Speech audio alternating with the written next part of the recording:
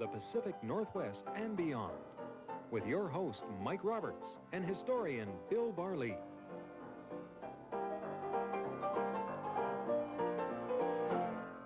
Welcome to Gold Trails and Ghost Towns. Mike Roberts with Bill Barley, our storyteller today, and he's, well, as he is every day. But today we're going to take a look at the rush to gold in Alaska. Now, I thought this would be around 1900 or something, but it has its origins a lot earlier than that. Yeah, it does. I think most people know that Alaska was purchased from the Russians by the United States government in 1867. Seward's Folly. Seward's Folly, Seward's Icebox for $7.2 million, which was the best deal Seward or anyone else had ever made. The Russians thought it was a great deal. For them, it wasn't. And so this is but a year before 1867. So in 1866, there was a crew going through, laying down a transcontinental telegraph line, which never came to fruition. That's true. And one of the guys working on that crew is a man called Daniel Libby. And Daniel Libby, when they're working across Alaska, and they're working in the summer, so there's not as much snow, and he pans a little creek up there. And he doesn't even give the name of the creek, but he recovers some fairly coarse gold, Mike.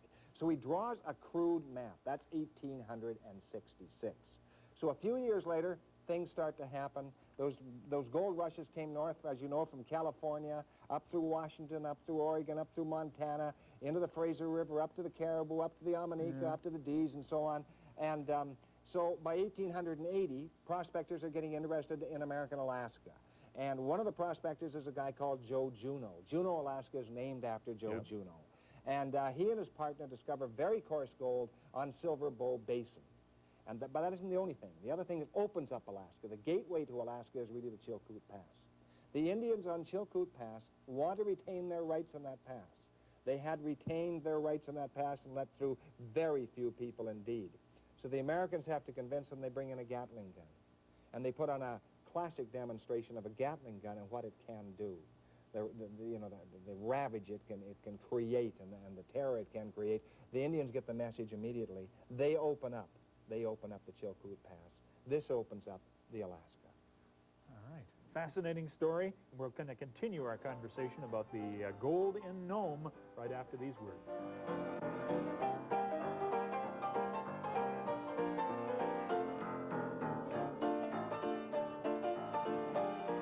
So, a little demonstration of firepower pacifies the natives, and in 1880s, the Chilkoot Pass is now open to anybody who wants to travel it. Yeah, the miners start straggling through, and of course they discover the Klondike, you know, the Yukon Gold Rush first. But Libby returns. He hears about the Yukon Gold Rush. This is the guy in 1866 who drew the map. He comes back 31 years later, 1897.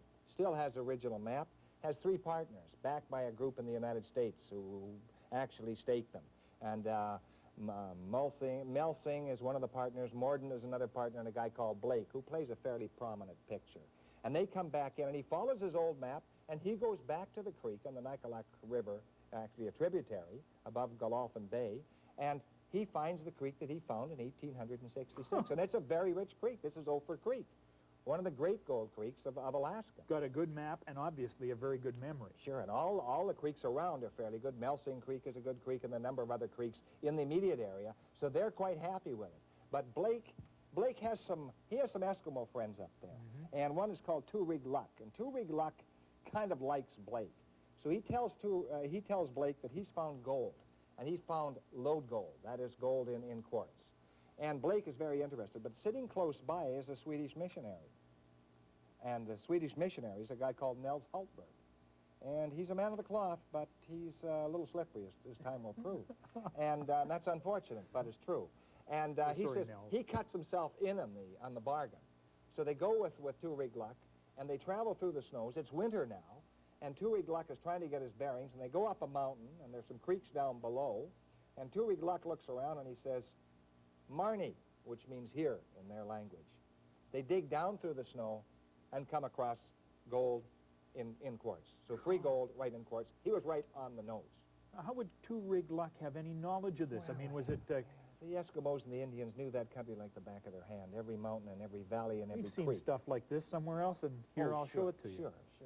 And so this is very interesting. They decide to pan the creeks down below. It's now late fall of 1897. And so they pan the creeks, and they come across pretty good color. In fact, very encouraging color.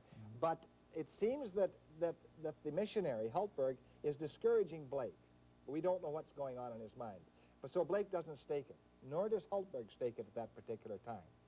Then in the early part of the year, that's 1898, they go back in the other direction towards Galofin Bay and Ophir Creek and so on. So they go back, then they run into a pugra, which is a storm off the Bering Sea that has no equal probably in North America. They were forced to crawl on their hands and knees for miles. As a result of this storm? They could not stand upright. It was absolutely unbelievable. Couldn't see, couldn't stand against the storm. So eventually they come back and look around the Ophir Creek area. But Blake wants to go back to this little creek that he'd found originally. And there's some debate whether it was the right creek. I think it was. I think it was, in reading what Blake said. So he goes back with Hultberg again. And they go back with 3 Americans and 3 Swedes. And they go onto this creek, which we know as Anvil Creek. And Anvil Creek is a world beater. It is absolutely unbelievable. Nothing really approached it in all of Alaska. But the Swedes separate from the Americans. And some of these Swedish are actually, they were born in Sweden, but some of them were naturalized Americans as well. So they separate, and Hultberg goes off on his own. He disappears for several hours. Blake decides to look for him. Walks up the creek, sees Hultberg crouched over and panning feverishly. Hultberg notices him, jumps up, drops the pan and said, "Nothing here, nothing here." Blake believes him, which was a mistake. And Blake retraces his steps, and that's his first major error. And what happened, of course, is then our friend Hultberg goes and gets some other Lap reindeer herdsmen, and one of these herdsmen... Lap reindeer herdsmen in Alaska? That's right. The American government had pulled in a number of herds of reindeer to feed the Eskimos and Indians in that area because there was a famine in that particular area. So they brought in some Lap reindeer herdsmen. One of these Lap reindeer herdsmen is a guy called Japhet Lindberg. He's one of the Swedes. So the Swedes and the Laps get together, and they decide that they will stake, because they discouraged Blake from staking it. They stake Anvil Creek really from the mouth as far up as the gold shows. They stake 90 claims in the creek, and that's virtually all the best ground on Anvil Creek. They've done it. Blake is incensed. This is a shot of Japhet Lindberg panning that rich claim. You bet. Now, the guys in behind him, are they some of his other Lap friends and stuff? Yeah, these are people associates and individuals very interested in what he's doing. Yeah. And indeed, he's doing extremely well. Now, there's also, I see these couple of guys, one of them standing there looks like he's holding a pipe. I think we get a chance to see that guy again later on, but maybe you disagree with me. But a couple of guys in Stetsons looking pretty interested. Yeah. Now, here's a shot. I guess this shows them working with what, rocker boxes on Anvil Creek? Yeah. Now, was that a successful little activity? Spectacular. Some of these guys did extremely well. A guy named Price writes a letter to a friend of his, tells their friend to notify Blake.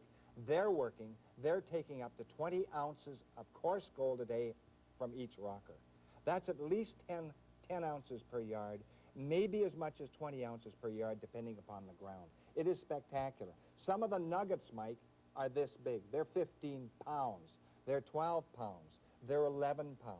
And the word is not long in getting out. I can imagine. This is not the kind of thing you can keep under your hat for too long. Of course not. Okay. And Japhet Lindberg then comes into a small saloon owned by the famous Rex Beach, the Northern Saloon, which is starting in a little place on St. Michael's, a little camp away upriver.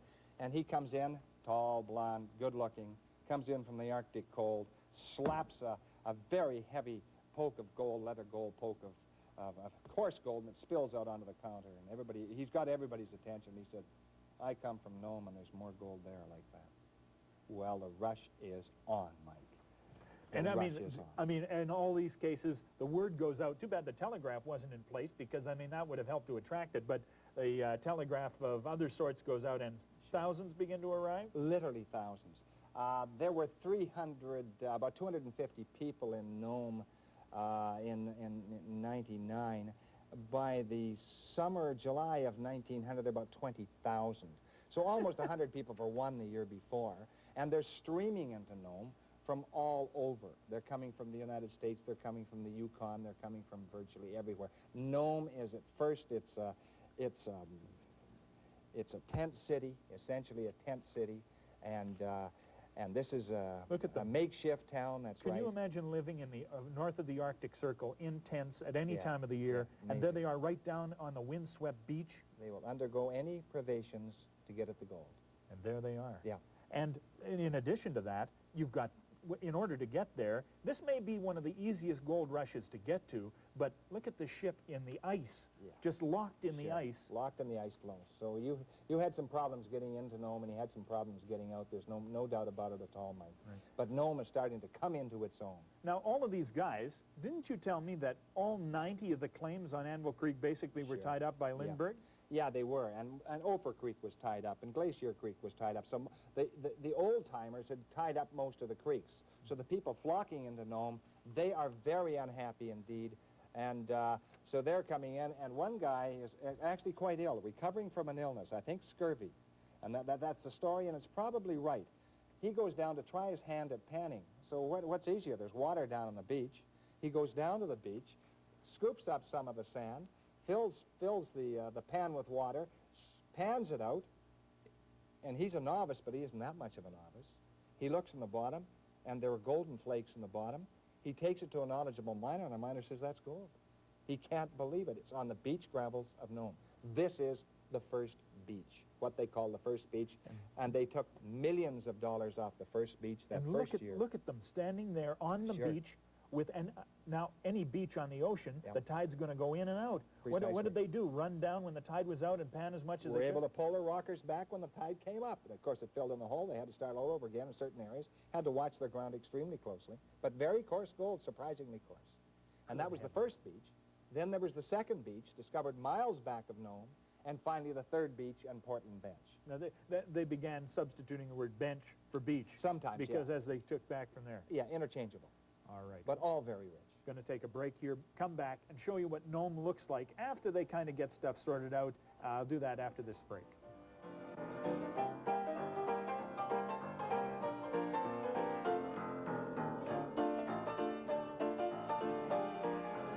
Ghost Towns, Mike Roberts and Bill Barley, and we're talking about the gold rush in Nome, Alaska. Yeah. We already talked briefly about the tent city that was established. This is two great shots here. It is. Look at the tent city, and they've got barges up on the sand, and they're hauling what they need to build the town. And it's 60 days apart. That's taken in July of 1900. The tent city. 60 days. There's about 3,000 people in that city. That's all. Yeah. But by the time they take the second picture, in September of 1900. September the 15th, I think, of 1900, which is about 60 days later, there are 20,000 people, and it's a bona fide city. Look, it's right down on the ocean. It's right down on the water. Sure. And I contemplate one of those Russian storms hurtling through at any time. It must have been a bitter town. Oh yeah, it was a wide open town. I'll give you an example. There were a number of Yukoners. There are thousands of Yukoners, and one we talked about in another program, Goldie Golden. Oh, and he was a professional gambler. He went into Nome. He lost a big poker game at one time to Silent Sam Bonifield. He lost more in Nome. He lost $184,000 in a faro game in one night in Nome. That's equivalent, Mike, to $7 million in today's funds in one night. And he still survived and went on to gamble for another 20-odd years. Goldie Golden? Goldie Golden. Good heavens. Yeah. Here's a shot with the Hunter. The Hunter, is that a hotel or a saloon that's or a general something? store, I think. Look at it sitting up there. Now, this is a beachy area. You can see from the stuff. Now, how do you get stuff ashore in a beachy area? Look at these boats are overturning. That's right. That's one of the dreaded northers. They called it a norther, which is really kind of a pogrom. But it's a norther, and it comes in off the Bering Sea and virtually destroys much in its path. And here's what happens here. Look at that. And these are salvagers looking for things they can pick up. And here's the wreck of the great Skookum on North Beach. Yeah. Look at, and it's all of the wood it was carrying is just thrash. It carried everything. It carried champagne, it carried beer, it carried wood, and the salvagers, of course, headed for the kegs of beer and champagne and whiskey. And the town was drunk for about a week or so, actually. At least many people in the town were. We need to have accidents like this more often. Right. There were 1,000 people on board, evidently, and they were very, very lucky to escape. Nobody got killed in that, but the storms were absolutely devastating. Again, where's the gold coming from? We showed you Well, some shallow diggings sure. with the rocker boxes, but this is what Anvil Creek looks like That's what now. Anvil Creek looks like. Oh. The diggings get deeper and deeper, and there's an army of workers working on that, and some of them high-grading as they went along. Of course, the favorite method of high-grading was to drop the coarse gold in their rubber boots. So some of these guys did that. Some did not. Some never did. Even our friend Lindbergh, who had staked all 90 claims, I mean, he got high-graded considerably. He didn't stake all 90 claims, but the Swedes and the Lapps between them staked all 90 claims. And did he become monstrously rich? Yeah, he became so rich. I think this next photo tells us the story of how wealthy Lindbergh was and how lucky he was. He was originally a reindeer herder, came over virtually penniless, was befriended by Hultberg, landed on the best claim on Anvil Creek, and here he is, standing behind several dozen bars of gold, and these are huge bars of gold, and gives you an idea, this would be several $1 million at the time. How many ounces of gold are there, or how do you measure that much gold? You can measure it by that mold you God, have there. you would, so that's, I'm sorry about that, Mike. would call attention to this. So this is a gold bar mold. Yeah, and that's a standard gold bar mold. Some of them are made of different sizes and so on. That's true, Mike. But this is a standard gold bar mold. And it must And weigh it would hold 50 pounds right here. At least, more than that probably. But then it would measure 2,000 ounces of gold. You knew you had about, this is a Dory bar mold, you knew you had about 2,000 ounces of gold. So every one of those bars, that Janet Lindbergh is standing behind is... Well, that's tons of gold he's standing in front of. Yeah, several tons of gold. And it's all his. All out of his own claim. That's his share. And where is it going? It's going to the U.S. Mint in San Francisco. And he's getting coin of the realm back. You bet he is, yeah. Let me put this down. Well, Mr. Lindbergh, is he just rich beyond his wildest dreams and happy and successful? And not quite. Something happens here. There are a number of claim jumpers that come in with the various ships. This must become the sport of the time. Yeah, indeed it does. Much more so in Alaska than in the Yukon, where the laws were mining laws were much stricter. And they start maybe jumping. There were even policemen to enforce them. Yeah, that's right. And so they start jumping the claims left, right, and center. And the U.S. Army is not as effective as it should be. Lieutenant Spaulding is an individual in charge, and he unfortunately holds a number of claims, so it makes him less than a disinterested observer. And how he got those claims is questionable as well. But the U.S. Army does come down Main Street showing its strength on a number of different times. Now, they were confiscating claims on the basis of nationality. What happened was this. Two of the high graders, or the jumpers, went down to South Dakota, and they met a guy called Alexander Mackenzie, Canadian actually, one time. He was a politician, very high in the Republican... No relation to Alexander Mackenzie I don't know. King or something like that. I don't know whether he was or not. I can't comment on that. I do know he was very powerful in South Dakota. He had named every senator in South Dakota except one Democratic senator, which is interesting, and had a lot of lines into the Republican Party and into the president himself. So he decides that this is too good for individuals like Janet Lindbergh and Lane and various other of the gold kings of Alaska. He gets together with some politicians, and they decide to change the rules of the game. They send a new judge in there, a judge called Arthur Noyes, N-O-Y-E-S. And Arthur Noyes is far less than perfect. And he goes in, and he's about to do the bidding of Alexander Mackenzie, and he does just that. The result is that he actually forces these individuals to relinquish their own claims, because they may have been foreign and they may not have been foreign, a number of different reasons, and they take over those claims. They're put in the hands of Mackenzie. Well, this just doesn't go well at all. So what happens, of course, is that they start complaining to a district judge in California. He overrules Noyes. In short, he overrules Noyes, and Noyes is removed from office. And he's given a little small fine and a few days. Actually, he's just removed as judge. He wasn't given anything in prison. Some of his underlings were. He leaves with $30,000 in gold they know of, by the way. And Mackenzie himself is arraigned before a court in California, in Oakland, actually.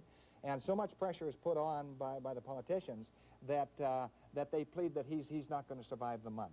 And so the president, who was McKinley at the time, excuses him, actually pardons him because of ill health.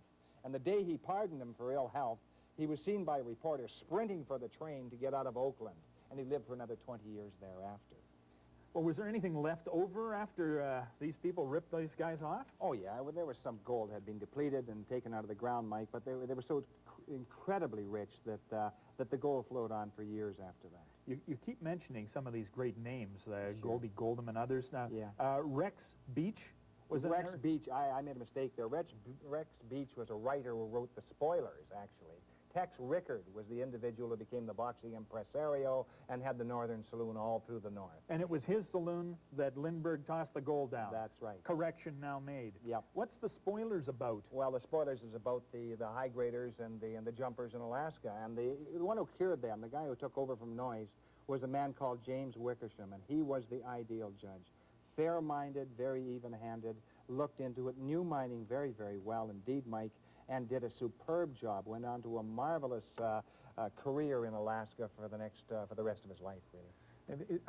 The way these towns grow and the way the speed with which a gold rush advances, I mean, there are people there and deals being made before there's any law around. That's right. And then the first law is usually about the worst law. Yeah, it usually is, and that was what almost happened in Nome, but not quite. So how long did this whole process last from start to wrap up? Well, I would say you start from 1898 and go right to about 1910. Those are the high years. Then you start getting into deeper ground. You start getting into dredging and so on. Not quite as romantic, Mike. Not and gold there anymore? There must still be gold on the sure. beaches. I mean, you can't possibly work all those diggings. But probably not in paying quantities. Certainly not in paying quantities. Some of the creeks still pay. If you're a good placer man, you can work some of those old creeks, and third time around and still do fairly well. Okay, got a couple of artifacts in the last minute. This is just a beautiful little collector's piece. Sure. The tin says Alaska on it. That's obviously essential. And then when you open the little baby up inside, a pocket gold scales, 4-ounce maximum. Yeah, very neat little scales. Isn't that right? And that just fit in your pocket or backpack, and you're ready to make sure that you're not bilked out of your gold. As long as you get a gold pan. As long as you got a gold pan. And something else, too. I guess this is the essential way, even today, of carrying your money. Sure. A little waist money belt. Yep. Look at that. And works like a charm. You could also, in a pinch, you could put gold in there, usually coins or bills. So. Yeah, and keep it close to your hide. Yeah, wear it to sleep at night. It was, how did it figure, do you think, in the annals of gold rushes? Was it greater than Klondike, greater than Caribou, greater than California? It was greater than Caribou, certainly. The Klondike was not nearly as big as California, while the creeks were richer, but not as big. Okay. That's our story today. Nome. See you next time on Gold Trails.